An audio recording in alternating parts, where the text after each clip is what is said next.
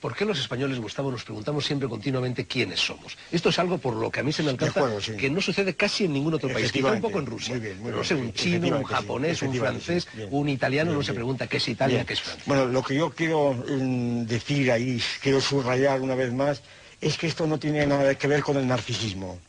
Esto no es una cosa de narcisismo psicológico, de mirarnos el ombligo.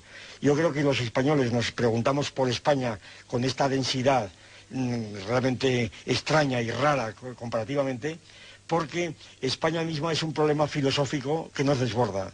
Es decir, los que estamos viviendo en España estamos embarcados, por así decir, en una aventura histórica, literalmente histórica, que nos desborda y que no podemos definirla simplemente en términos tan sencillos como podríamos definir Suiza o Checoslovaquia, ¿verdad? Y entonces, como quiera que al final de este siglo, bueno, ya acabó el siglo, ¿verdad? En los primeros días del siglo XXI, todavía muchos españoles se sienten compensados por el hecho de ser europeos. Aquí tenemos un ejemplo clarísimo, yo creo, de esto que decíamos antes, de cómo el género mata a la especie. Esto es muy importante, lo que quiero decir.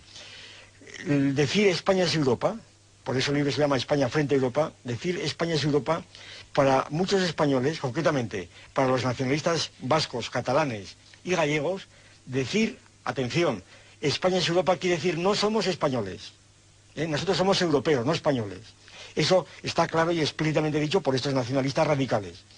Pero lo importante y lo menos conocido es que para la inmensa mayoría de los demás, y entre ellos cuento a un artículo de Javier Pradera en El País de estas Navidades pasadas, no me acuerdo qué número es, pistas para el tercer milenio, y entonces hablaba de qué será de España.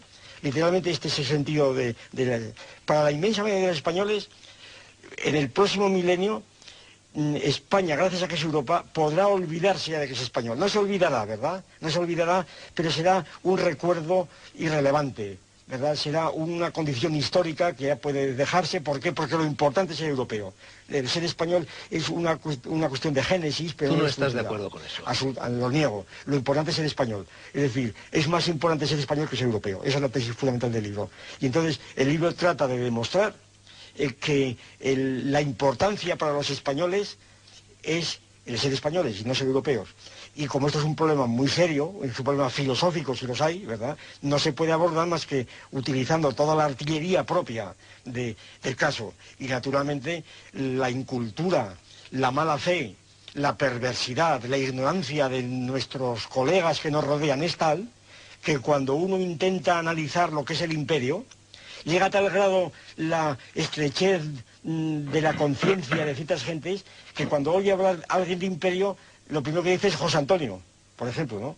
Lo cual quiere decir que en su mente, en su sistema de palabras y estímulos, pues no tiene, por ejemplo, el imperio de Alejandro y otras esas cosas. Es decir, se hace un test, pero este test para muchos resulta que es el certificado de ser de izquierdas, es el colmo. Y entonces ya, eso es demasiado, eso es demasiado. Y entonces, yo sinceramente, yo me he encontrado los casos, el que nada más al hablar de imperio o de España se sonríe, yo esto lo tuve en Oviedo, y voy a decir lo que pasó porque además está publicado. Yo pronuncié una conferencia en Oviedo sobre este tema. Nada más hablar de España, alguien se sonrió en el público.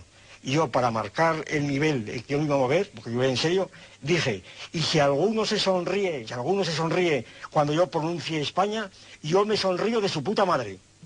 ¿Verdad? Se hizo un silencio terrible y se volvió a...